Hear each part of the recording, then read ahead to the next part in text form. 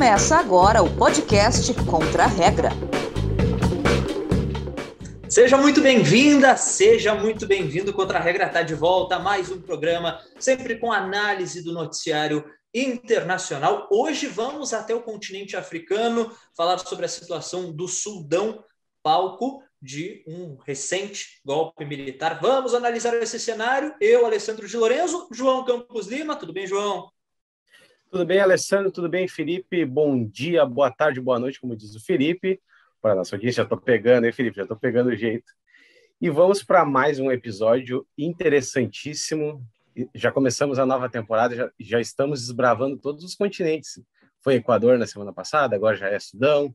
Enfim, mais um grande programa para todos nós. A gente faz viagens muito interessantes. Eu queria realmente estar nesses países. Tomara que um dia a gente consiga, né? Que a pandemia permita e que o programa permita. Por que não? Felipe Strasser, tudo bem? Tudo bom, Alessandro? Um abraço para o João. Good morning, good evening, good afternoon, good night. Estamos aqui. Bom, o Alessandro falou que queria estar no Sudão. Eu estou no Sudão. Bem-vindos a Khartoum, a capital do Sudão. Estou aqui gravando dos estúdios avançados de Khartoum. Mentira, óbvio. Mas espero que... É muito bom a gente fazer essas viagens aí. Então, o Contra a Regra já viajou para todos os lugares mais inimagináveis do planeta. Já Kiribati, Fiji, já tivemos nas Américas assim por completo, na Europa, Ásia, África. É legal. Então, que nós temos mais uma excelente jornada e um excelente programa sobre o Sudão. E você sempre é o nosso convidado para participar conosco, se inscrever no nosso canal do YouTube, ativar o sininho para ter todas as notificações. Tem Facebook, Instagram, Twitter, no LinkedIn. Você escuta também a nossa versão em podcast no Spotify, no Deezer, no Google Podcasts. É só nos seguir, a gente está em todas as redes, então aproveita, segue em todas, aí você não perde nada em nenhuma delas. Bom, nosso assunto então é o Sudão e o nosso convidado para falar um pouco mais sobre essa situação no país e o que se vislumbra a partir de agora na nação sudanesa é o jornalista e professor do Instituto de Relações Internacionais da PUC-Rio, Alexandre dos Santos. O professor chega para analisar esse cenário com a gente. O Sudão parece um país muito distante da gente, mas entender o que acontece por lá é importante para a gente entender também como a democracia é um bem muito valioso. Em 2019, o governo sudanês, o povo sudanês se insurgiu contra um ditador que ficou no poder por quase 30 anos. Os militares foram pressionados a tirar, né, pressionados pelo povo, a tirar o ditador Omar al-Bashir do poder. E eles encontraram o apoio que eles precisavam dos governos do Egito, da Arábia Saudita e dos Emirados Árabes Unidos. Isso porque o al-Bashir, que tinha se tornado líder do país depois de um golpe também, em 1989, sempre foi apoiado por um grupo islamista muito radical e muito conservador internamente, que vinha defendendo pautas e leituras do Islã muito severas nas 2 últimas décadas, né? Bem, o Omar al-Bashir, foi tirado do poder em 2019, foi preso e foi julgado.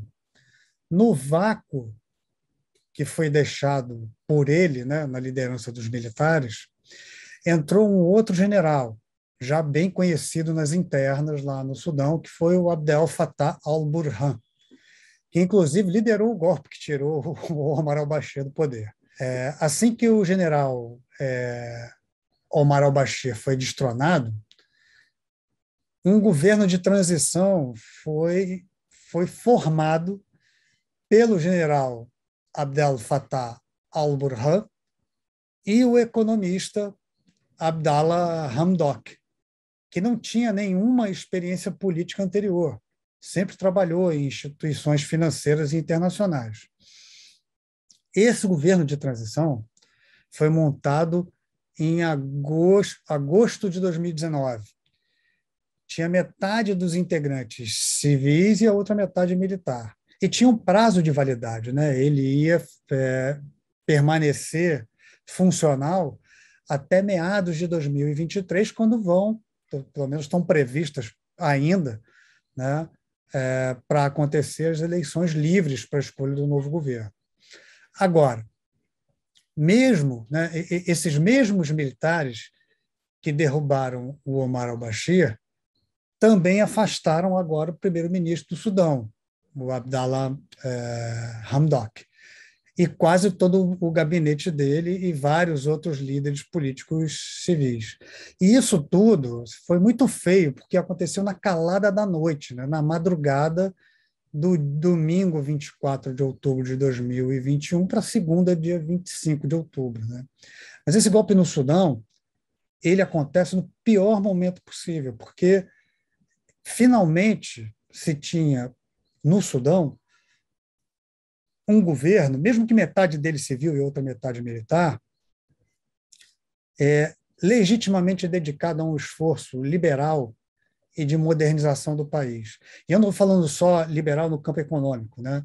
Por causa do isolamento dessa ala islamista mais radical, que era que estava ligada ao presidente deposto al-Bashir, né? Depois de 2019, quando o al-Bashir caiu, né, foi derrubado, o governo vinha promovendo, na verdade, reformas muito importantes, porque essa ala radical ficou isolada. E essas mudanças, elas tinham impactos sociais profundos. E eu vou citar só duas, para vocês terem uma ideia do que são esses avanços. A primeira delas é a proibição da mutilação genital feminina, que é um problema de saúde público, mas não só no continente africano, não só no Sudão, na Ásia, aqui no norte da América do Sul também. E dois, o fim de uma lei totalmente retrógrada que obrigava as mulheres a pedir autorização para os maridos toda vez que elas precisassem viajar, inclusive internamente dentro do Sudão.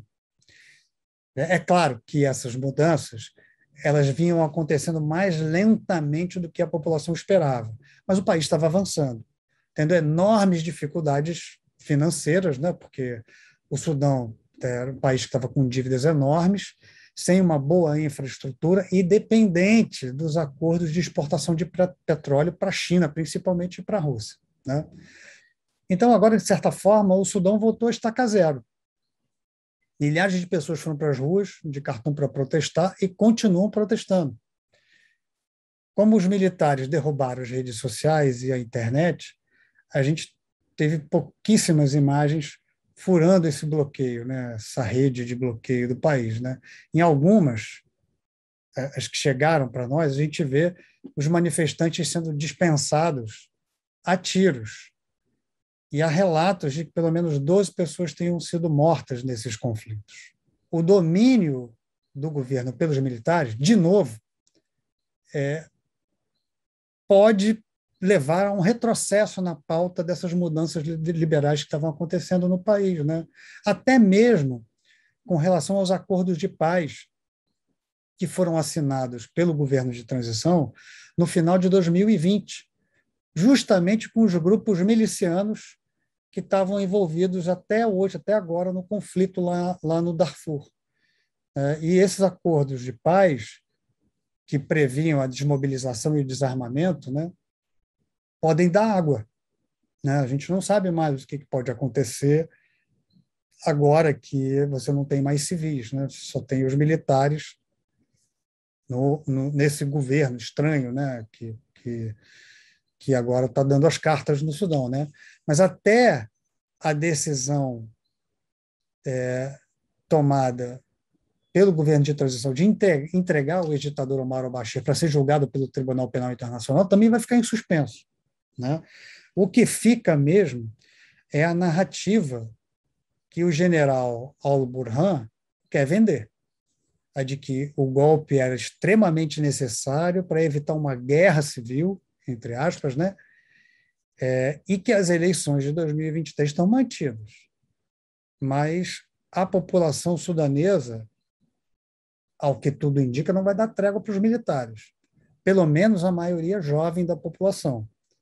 Que o Sudão é um país predominantemente jovem. Né? E esses jovens já mostraram em 2019 que, mesmo temendo as famigeradas forças de apoio rápido, eles preferem apostar na mudança do que morrer na praia depois do avanço mesmo que, né, um avanço tímido, né, eles preferem morrer na praia do que ver esse avanço perdido, esses avanços dos últimos 2 anos perdidos de uma hora para outra, e o país voltando a estaca zero, tendo que depender novamente dos militares para isso. Está aí a participação do jornalista e professor do Instituto de Relações Internacionais da PUC-Rio, Alexandre dos Santos, nos ajudando a entender um pouco mais do que aconteceu no Sudão e também já projetar os impactos sociais, econômicos e também religiosos, né? Como ele trouxe, esse é um impacto também muito sentido dentro do contexto sudanês. E é claro que o Contra-Regra vai ficar de olho e trazer também as atualizações sobre essa situação no Sudão e também em outros países da África que também enfrentam situações não tão distantes, infelizmente, em relação ao que acontece no Sudão. Bom, o Sudão segue sendo pauta agora na nossa querida lista da semana. Fala, Felipe. Alessandro, João, amigos, deu para ver que a minha cara ficou mais clara. Por quê? Porque estou dividindo a tela, que está metade no Zoom, sem propaganda, metade daquele programa que a gente faz a gravação, e a outra metade na lista da semana. Então, né? Vamos lá. Bom, o Alessandro falou, o professor também muito bem, o Sudão é um país que hoje está em ebulição. Né, a questão, e não é a única vez que teve um golpe militar no Sudão, infelizmente, e não é só por uma questão, né? O professor até já botou um contexto. O Sudão vem desde sua independência com muitas questões sociais. Tivemos até em 2011, né, a divisão do Sudão, né, o referendo, né, que deu a independência para o Sudão do Sul, que era até 2011 uma parte do Sudão, uma parte grande do país. Então, é um país que ainda, né, a gente fala, né, o Brasil vai fazer 200 anos de independência, ainda está tentando se ajeitar. Pensa que o Sudão é independente desde 1956 apenas, então ainda está tentando moldar a sua política, acomodar vários grupos. Infelizmente, situações como essa acontecem de golpe de Estado. Esperamos, né, que a situação se normalize o mais rápido possível. Mas, bem, a lista da semana sobre esta região que é habitada há mais, assim, que tem sociedades há mais de 5.000 anos. Gente, Sudão é um país antigo, não é novo. A gente pouco ouve falar, o professor fala mesmo que a gente pouco ouve falar do Sudão, mas o Sudão é antigo. E vamos nessa lista da semana que quem vai começar, eu sempre esqueço. Quem começa, vocês sempre me lembram, o João Campos Lima começa? Isso aí. João Campos Lima, de 1 a 5. Eu gosto de falar João Campos Lima porque, pô, nome é bom só lembrar, Felipe, só bom lembrar o placar da temporada. Nós estamos com 1 a 1. O último foi vencido por Alessandro de Lourenço, o primeiro da temporada por João Campos Lima. Hoje pode ser a virada do Alessandro ou aquele golzinho para acalmar a situação do João. E eu falo João Campos Lima porque eu acho muito bonito, sonoro esse nome do João. Nome de avenida, Avenida Campos Lima. Então, João Campos Lima, 1 a 5. Eu vou na estratégia cautelosa de sempre, não pela escolha do número, mas a estratégia do jogo inteiro, como eu fui nas outras vezes. No primeiro jogo deu aquela primeira vitória magrinha, conquistada com muito suor. Na segunda, infelizmente, não deu, mas nós vamos de novo naquela estratégia cautelosa.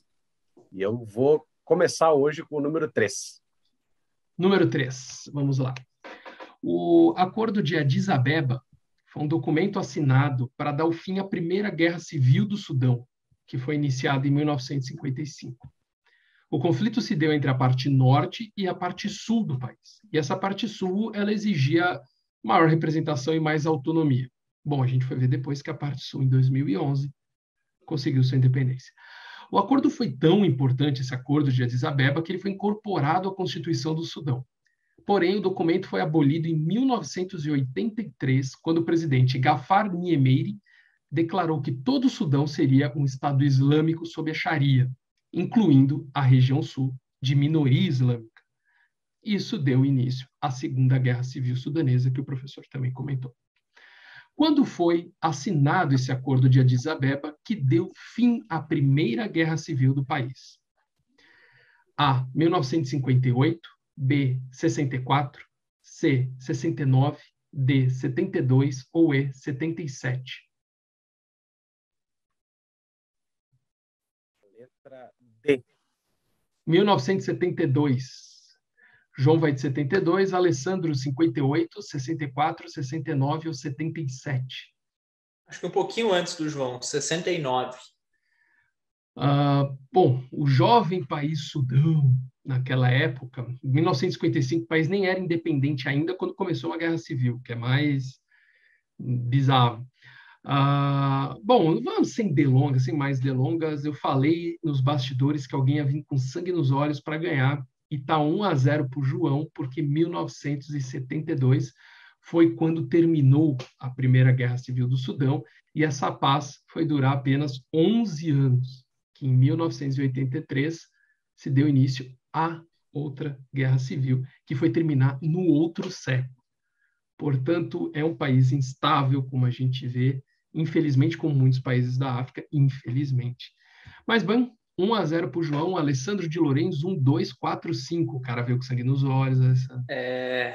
Tem que remar bastante aí para tentar virar. 5. 5. Pergunta textão. E famoso. O conflito de Darfur é uma das páginas mais tristes do continente africano em toda a sua história. O confronto opõe, desde 2003, portanto, ainda está rolando, milícias patrocinadas pelo governo sudanês e movimentos rebeldes não árabes da região, que pedem mais atenção para Darfur. Muitos dizem também que uma das causas é fome e secas. Então, além de tudo isso, a região passa muita necessidade e o governo não dava atenção e os caras foram para cima. Segundo a ONU, diversas atrocidades e crimes contra a humanidade, e a ONU usa essa palavra, atrocidade, foram cometidos no conflito. O ex-presidente do Sudão, que foi derrubado, o professor acabou de falar, o Omar al-Bashir, tem 3 acusações de genocídio contra ele, feitas pelo Tribunal de Haia, e até um mandado de detenção que nunca foi cumprido. Isso porque, segundo a comunidade internacional, o seu governo armou e patrocinou uma grande milícia que no papel é formada por árabes, mas que na verdade é composta por nômades da região. Qual é o nome dessa milícia que pela ONU é classificada como um grupo criminoso? Letra A, Frente Revolucionária do Sudão. Letra B, Janjaweed. Letra C, Al-Nusra. Letra D, Shebab. Ou letra E, Al-Murabitun. Posso não estar correto, mas lembro de já ter ouvido letra B, qual que é? Janjaweed. Essa aí. Alessandro vai Pode ser que eu tenha ouvido e que não fosse nesse contexto, mas que tem relação com o conflito de Darfur, eu tenho certeza. Espero que esse seja, de fato, o que eles fazem, enfim. Alessandro vai com os cavaleiros, perdão, deu uma de criança aí que sempre confunde, como eu confundia quando era pequeno, os cavaleiros Janjaweed.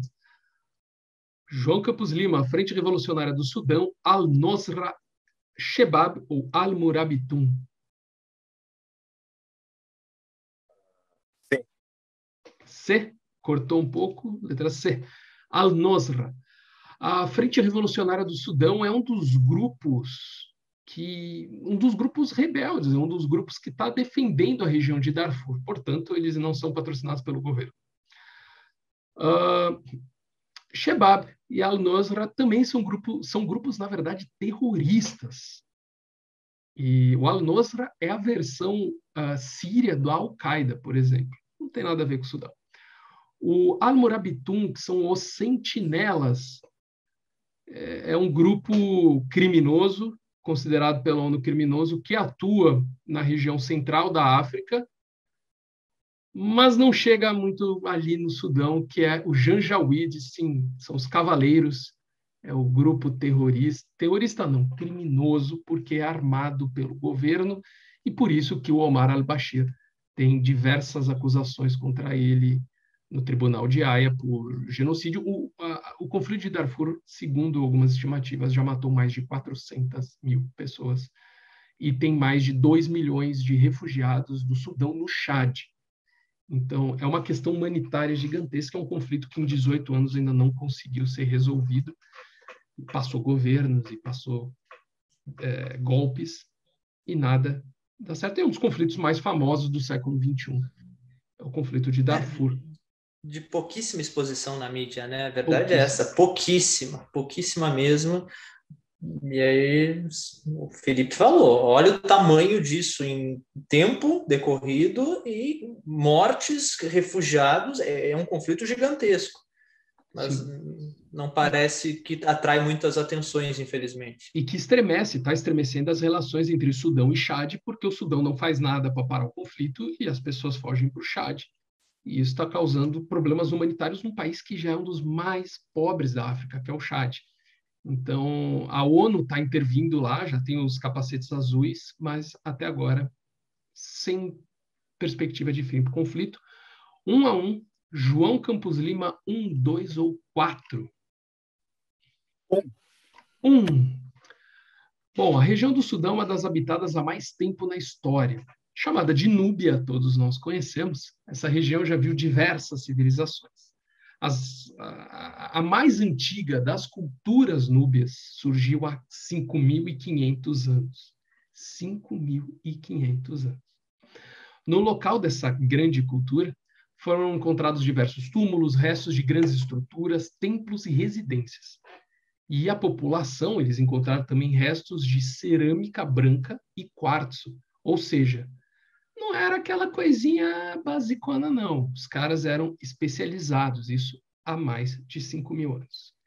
E qual é o nome dessa cultura? Essa cultura que conviveu com os egípcios e veio até antes dos grandes faraós do Egito. Letra A, Cuxi. Letra B, Núbia.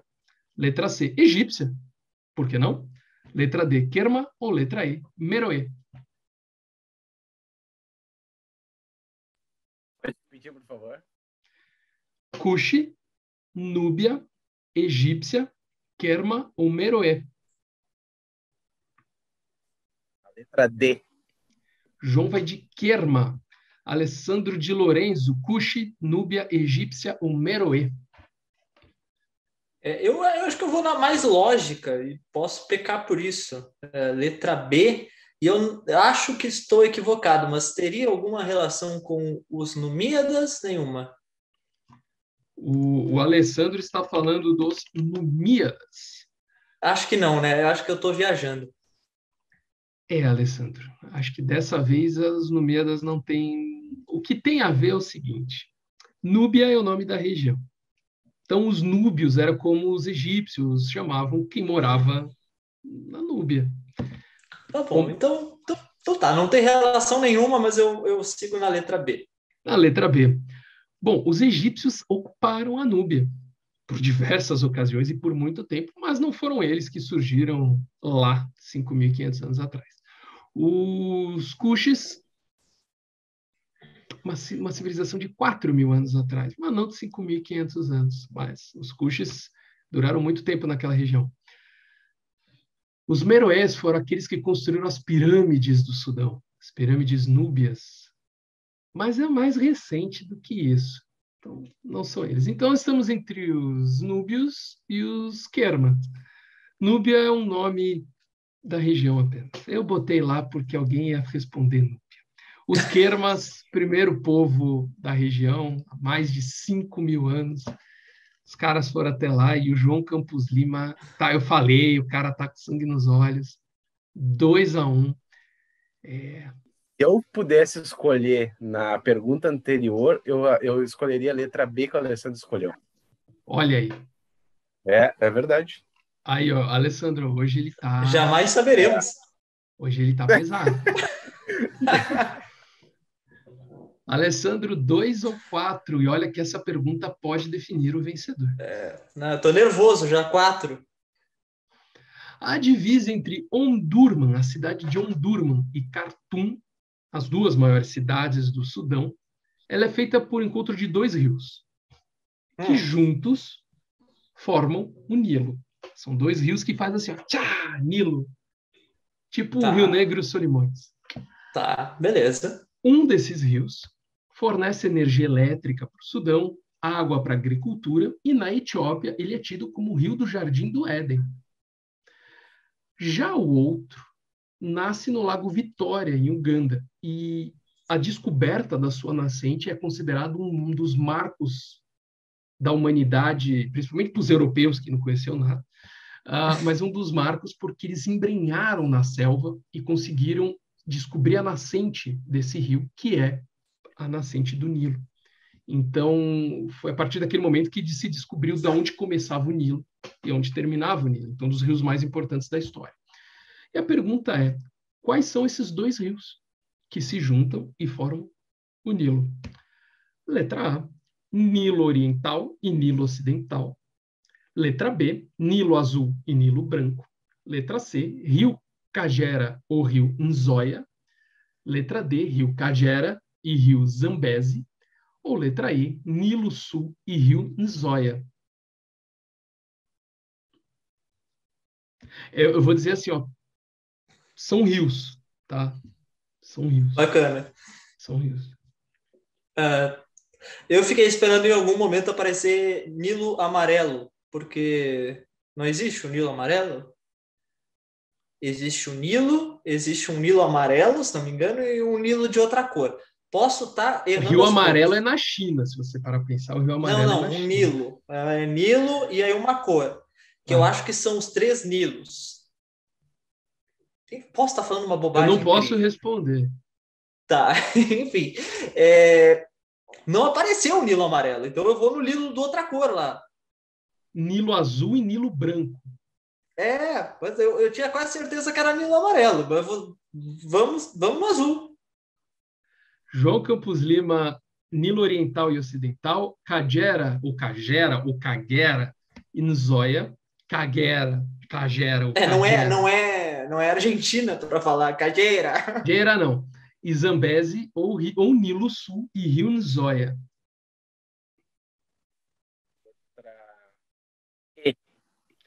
João vai com Nilo Sul e Rio Nzoia.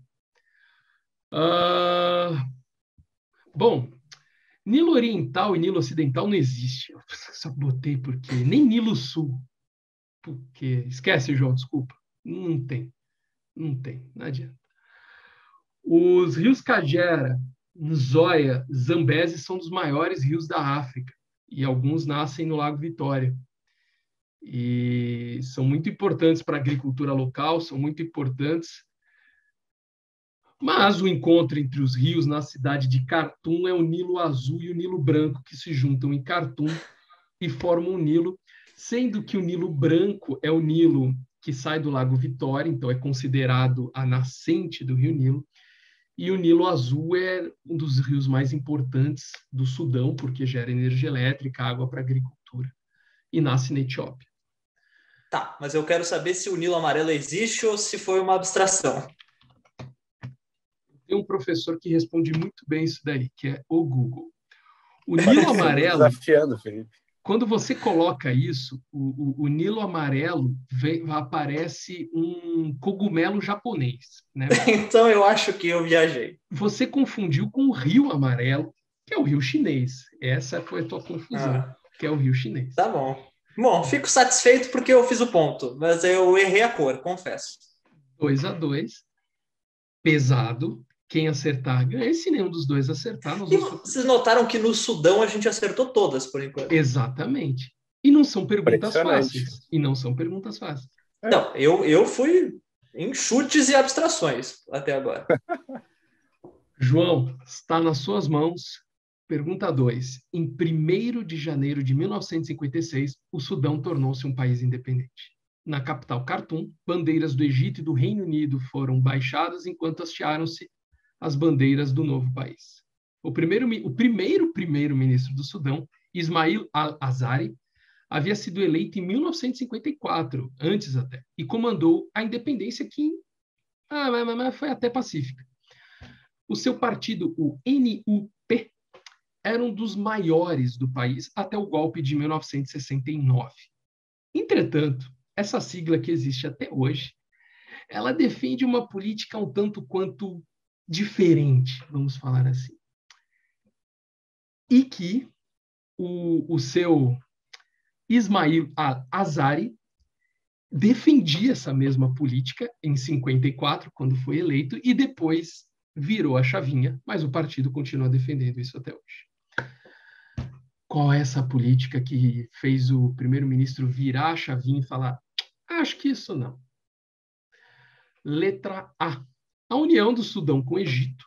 Letra B, a volta das tropas estrangeiras, né, a manter as tropas estrangeiras apesar da independência. Letra C, a exclusão de mulheres da política. Letra D, o autoritarismo islâmico. Ou letra E, a ocupação do Egito pelo Sudão.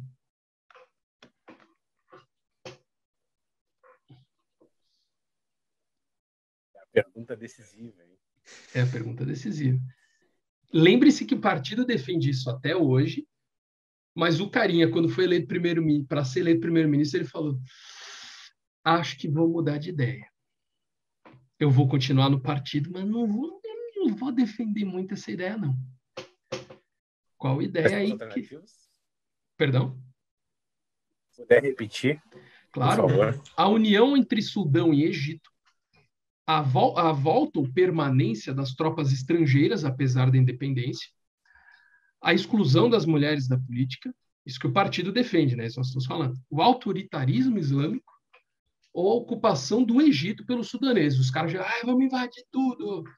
Mais ou menos isso. Eu vou usar e vou na letra E.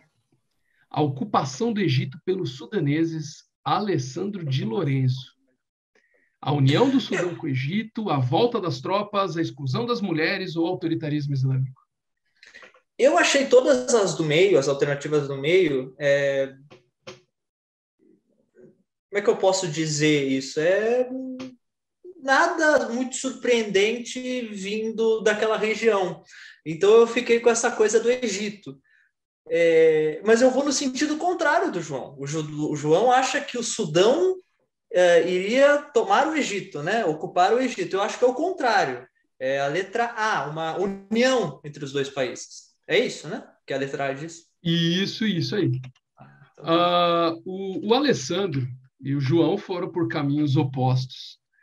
E isso é muito curioso. Eu acho, porque vocês congregam de muitas coisas juntas. Mas vamos lá. A exclusão das mulheres da política e o autoritarismo islâmico caminham juntos. Então, não, né? Não é isso. Naquela época, ainda falar de exclusão das mulheres não era um assunto para 1954 no Sudão, vou falar bem a verdade. As tropas estrangeiras, sim, era um assunto muito importante, mas isso gerou um pouco de problema no país, mas foi resolvido. Não tão bem resolvido, mas foi resolvido, e o partido não defende isso. Eu, de propósito, não coloquei o nome inteiro do partido. De propósito. Não, falei que o nome do partido é NUP. NUP. NUP. NUP, em árabe, não vou ler porque eu não sei. Mas, em inglês, a sigla NUP em inglês é National Unionist Party, que é o Partido Unionista Nacional, que defende justamente a união dos Sudões com o Egito.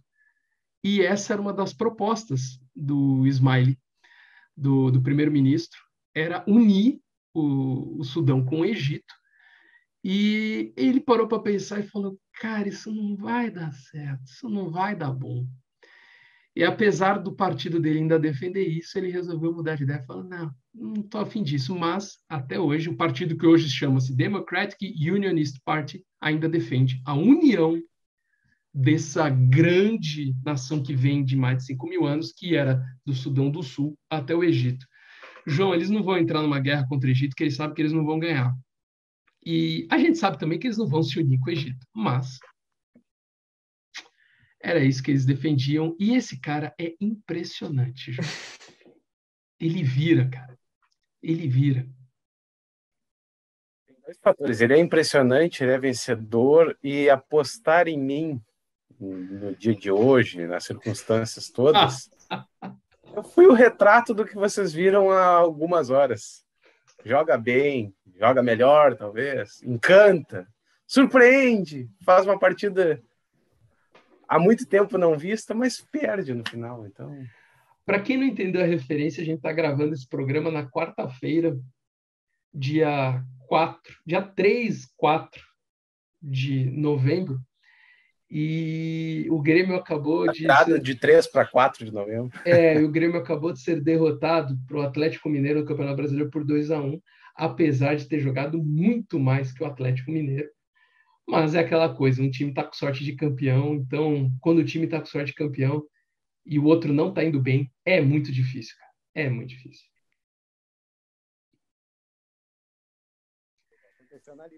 Uma lista impressionante, hein? 3-2. Eu, pelo menos, nunca participei de uma lista essa nenhuma. É uma das listas que eu mais gostei. Nenhuma foi errada. Foi boa. Eu gostei Eu gostei muito dessa lista, cheia de informação, cheia de história. Acho que eu e o João, a gente foi bem. E é aquela lista que é difícil. Tirando a parte das cores do Sudão, do Rio, que foi um chute absurdo, todas as outras dava para tentar pegar e ir para algum lado. Tanto que na última, eu e tu, nós fomos parecidos, mas por caminhos diferentes. Isso. Gostei, Felipe. Parabéns. Muito obrigado. Eu acho...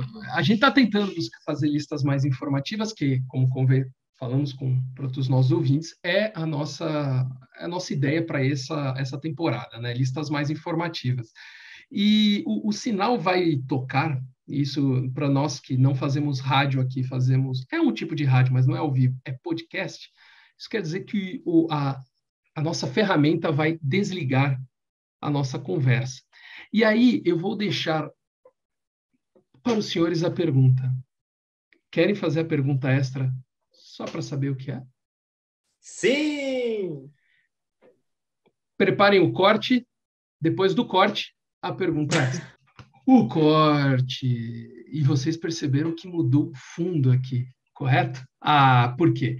O fundo tem a ver com a pergunta extra, que já não vale mais nada, porque o placar terminou 3-2 para o Alessandro, e isso significa que o Alessandro está ganhando essa temporada, já virou 2-1. Na Alemanha nós tivemos João Campos Lima, Alessandro de Lorenzo venceu o Equador e Sudão. Sudão, uma vitória apertada, aquela coisa bem complicada, uma boa peleja. E vamos para a pergunta extra, que vai ser com o Alessandro de Lorenzo. Alessandro, está preparado? Eu só percebi agora que isso é um campo de futebol. Né? Um campo de futebol, é um jogo de futebol. É um jogo de futebol. Agora... Eu pensei que era um protesto. Até que o Felipe veio pro ladinho e eu vi um cara de camisa azul. Eu falei, aqui não é um jogador. Pergunta extra. O futebol é o esporte mais popular do Sudão. Futebol, grande futebol. E os estádios enchem a cada grande partida da CAF Champions League, que é a Champions League, a Libertadores da África, e duas equipes são as principais do país, que fazem o chamado clássico de Omdurman, que é a maior cidade do país. Uma das equipes é 28 vezes campeã nacional e tem o apelido de Onda Azul. A outra é 21 vezes campeã nacional, venceu uma vez a African Cup Winners, que seria a sul-americana deles, versão antiga, a Mercosul, vamos resumir assim. Porque a sul-americana deles mudou de nome, agora é CAF Confederation Cup, mas é a sul-americana deles. E eles têm o apelido de marcianos. Percebem-se as cores? Correto? Um bom clássico, azul e vermelho. Os marcianos são vermelhos e a onda azul. A pergunta é, quais são as equipes que fazem o maior clássico do Sudão? Letra A, Al-Hilal e Al-Mehik. Letra B, Al-Ahli e Haid Al-Arab. Letra C, Al-Nil ou Burri. Letra D, Omdurman e Al-Hilal. Ou letra E, Al-Ali e Omdurman. É só para lembrar que Al-Ali existe em todo o mundo Pode árabe. ser vários, né? Em todo, e é Ahli, mas existe em todo o mundo árabe. Então... Verdade. Eu descartei e depois pensei, mas talvez seja um nome muito comum. Atlético alguma coisa. Al-Ali tem em muitos países árabes, cara. Tem Ali com I, Ali com I. Esse Ali é com I, não é com Y. Tá. Antes de eu tentar chutar, porque vai ser um chute, Felipe, por favor, fale sobre o projeto do futebol africano, porque o Felipe é o maior conhecedor de futebol africano que eu conheço, ele sabe demais. Fala aí, convida o pessoal do Contra-Regra para também seguir esse, que é legal, vale a pena. Galera, tem uma página no Instagram chamada Time África, tá como @Time África Oficial, ou no Facebook pode encontrar como Time África. É uma página dedicada ao futebol africano, né? Resultados de campeonatos, seguimos, e assim, não vamos fazer aquela coisa que só de falar de jogador que joga na Europa, como Mohamed Salah, Sadio Mané. Não, a gente fala de campeonato africano, campeão do Togo, a gente fala de atletas de convocação da seleção da República Centro-Africana. A gente faz esse tipo de cobertura. Então, quem está interessado em também saber resultados de clássico, que a gente não vai postar todos os resultados também, porque são 54 países, mas clássico é clássico e vice-versa. Portanto, o próximo Al contra o outro time, porque é tudo Al, tem aí, porque Al-Hilal, Al-Merrick, Al-Ali, Al-Arab, Al-Nil e Burri Omdurman, e Al-Hilal e Al-Ali e Omdurman, tem sempre um Al no meio. O próximo clássico que tiver um Al no Sudão, o resultado vai estar lá. Então, acompanhe. Alessandro de Lorenzo, você que acompanha o time África já deve ter visto esse resultado, porque tivemos recentemente um clássico desse daí, entre a Onda Azul e os Marcianos. Provavelmente vi, provavelmente já esqueci, e por isso vou chutar a letra B. Alessandro vai em Al-Ahli e Al-Arab. Putz, é difícil falar. Desculpa, eu peço perdão a todos da comunidade árabe e todos que falam árabe, mas eu não falo árabe. Eu tento falar o nome dos times. João Campos Lima, Al-Hilal e Al-Merrick, Al-Nil e Burri, Omdurman e Al-Hilal, ou Al-Ahli e Omdurman. Respondeu também, vou aproveitar o que o Alessandro falou. Nós somos suspeitos para falar porque somos colegas, vai parecer, são elogios de colegas, mas quem for curtir a página do Time África, eu tenho certeza, eu garanto que vai gostar bastante. Para quem gosta do futebol africano, é uma página muito bem feita por esse qualificado colega, o Felipe Strasser, que traz sempre um conteúdo muito bom. E não é diferente no Time África. É uma cobertura muito legal mesmo do futebol africano. Como ele falou, não é para saber sobre o Mohamed Salah, sobre o Sadio Mané. Isso aí nós já estamos cansados de saber, porque a cobertura é muito grande, porque eles são craques internacionais, jogam muito. Mas é sobre o futebol da África mesmo, o futebol dos países africanos, tudo que está acontecendo lá. Então, se você quer saber tudo que está acontecendo na África, no futebol, segue lá o Time África do Felipe Strasser. É uma baita página. E agora, voltando à pergunta, eu vou na letra D, é um completo chute. Não tenho a mínima ideia se isso está certo ou não. Alessandro foi de B e o João foi de D. Eu já vou adiantar que é o seguinte, o único time que não existe aí dessa lista é o Omdurman. Eu só coloquei mesmo porque né, toda cidade tem um time com seu nome praticamente. Então, eu resolvi colocar exatamente como o time da Roma. E aí, né? Mas não, João, perdão. Porém, se houvesse meio ponto, João Campos Lima teria feito meio ponto. Porque Al-Hilal é um desses times.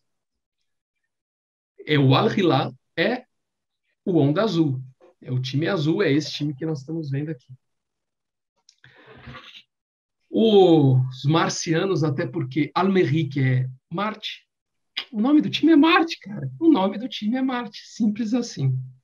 O símbolo dele é uma estrela amarela num fundo vermelho, parece até um pouco a bandeira da China, ou do Vietnã. E todos os outros times existem e já disputaram o campeonato sudanês. Só que nenhum desses ganhou tanto quanto o Al-Hilal e o Al-Merrick, que são os principais, a letra A, é o principal clássico.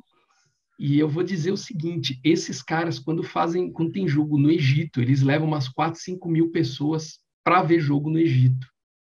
Então, assim, a torcida dos caras é fanática, eles até causaram um problema para o país recentemente, antes do último clássico Último clássico não.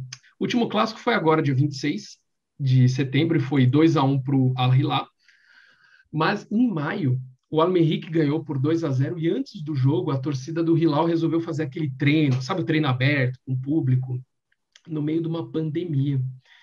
E causou um problema, porque eles colocaram 10 mil pessoas num estádio no meio da pandemia, em maio, num país que, infelizmente, está longe de vacinar, e causou um problema porque a Confederação Africana queria suspender o Sudão das competições por causa da torcida. Então, assim, eles são fanáticos, a gente acha que só sul-americano é fanático, é porque a gente não conhece os africanos. Esses caras são muito mais fanáticos do que os sul-americanos, e isso é muito real, mesmo. Os caras são doentes por futebol. E é como vocês podem ver a torcida aí. Essa é a torcida do... Bom, pela cor já dá para perceber que é a torcida, na verdade, do Al-Merrikh. E eles, curiosidade, Alessandro, eles usam muita terminologia italiana para as torcidas deles.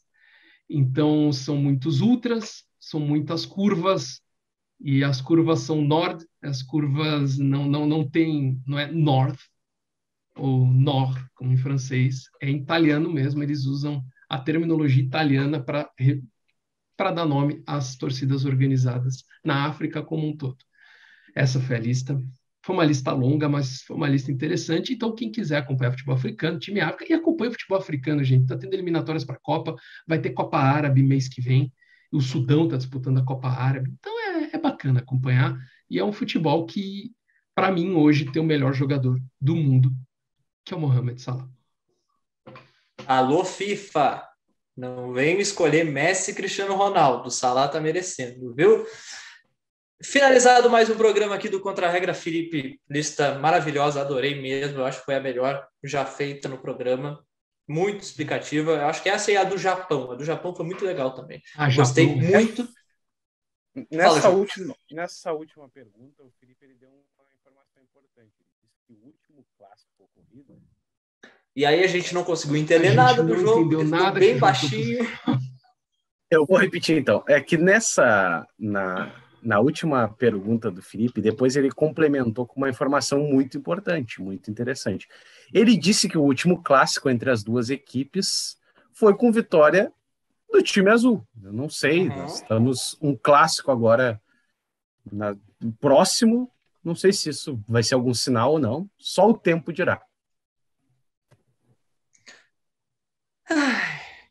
Não sei muito o que dizer. O clássico africano acabou com vitória azul. Eu estou com a camisa da Roma e o último clássico foi vitória da Lazio, que também é azul, ou seja, o lado vermelho está perdendo sempre. Eu acho que vai acontecer de novo. No próximo programa a gente vai saber se sim ou se não. O Grêmio vai ganhar o Grenal, mas vai cair. Essa é a minha previsão. João, um abraço para você. Tchau, tchau. Vocês podem ver a vacinação no podcast Contra a Regra, ela está em dia. A Alessandra tá, 2 doses. Demonstrando isso. E eu também estou vacinado, mas vacinado no sentido de vacina contra a Covid. No futebol eu já estou... Não estou nem palpitando, eu estou aguardando o que o tempo dirá. Foi muito boa a lista. Mais uma vez, parabéns para o Felipe. Foi uma grande lista. Parabéns, Alessandro, pela vitória. Foi uma disputa acirradíssima. Espero que todo mundo que tenha nos acompanhado tenha gostado. E até uma próxima. Felipe, um abraço. Abraço, Alessandro. Abraço, João. Muito obrigado pelos elogios à lista, mas sem vocês a lista é só um monte de perguntas jogadas ao Léo. E termino aqui, já vocês estão falando do azul vencedor. Esse é o símbolo do Al Hilal, o último vencedor do clássico e o maior campeão do Sudão. Espero que todo mundo esteja bem, vacinado. Não importa se você está vacinado contra a derrota, a vitória do teu time, o importante é estar vacinado contra a Covid. O resto é futebol. Futebol é a coisa mais importante das menos importantes. É importante mesmo, é a vacina, é a vida. Beijo no coração de todos. Semana que vem tem mais. E se você está ouvindo a versão podcast e não entendeu nada, porque a gente fez várias referências às imagens, dá um pulo lá no YouTube e aproveita e nos segue. nossa versão também tá lá, e aí tem imagem, você vai entender tudo, tá bom? Mas se quiser, continua no podcast, não tem problema, Spotify, Google Podcast, Deezer. O importante é estar bem informado e aqui nos acompanhando no Contra-Regra. A sua participação, a sua companhia é que faz o Contra-Regra seguir aí nessa trajetória rumo aos 100 programas. Já já a gente atinge eles. Um abraço a todos, semana que vem tem mais e o Grêmio vai ganhar o Grêmio. Tchau, tchau.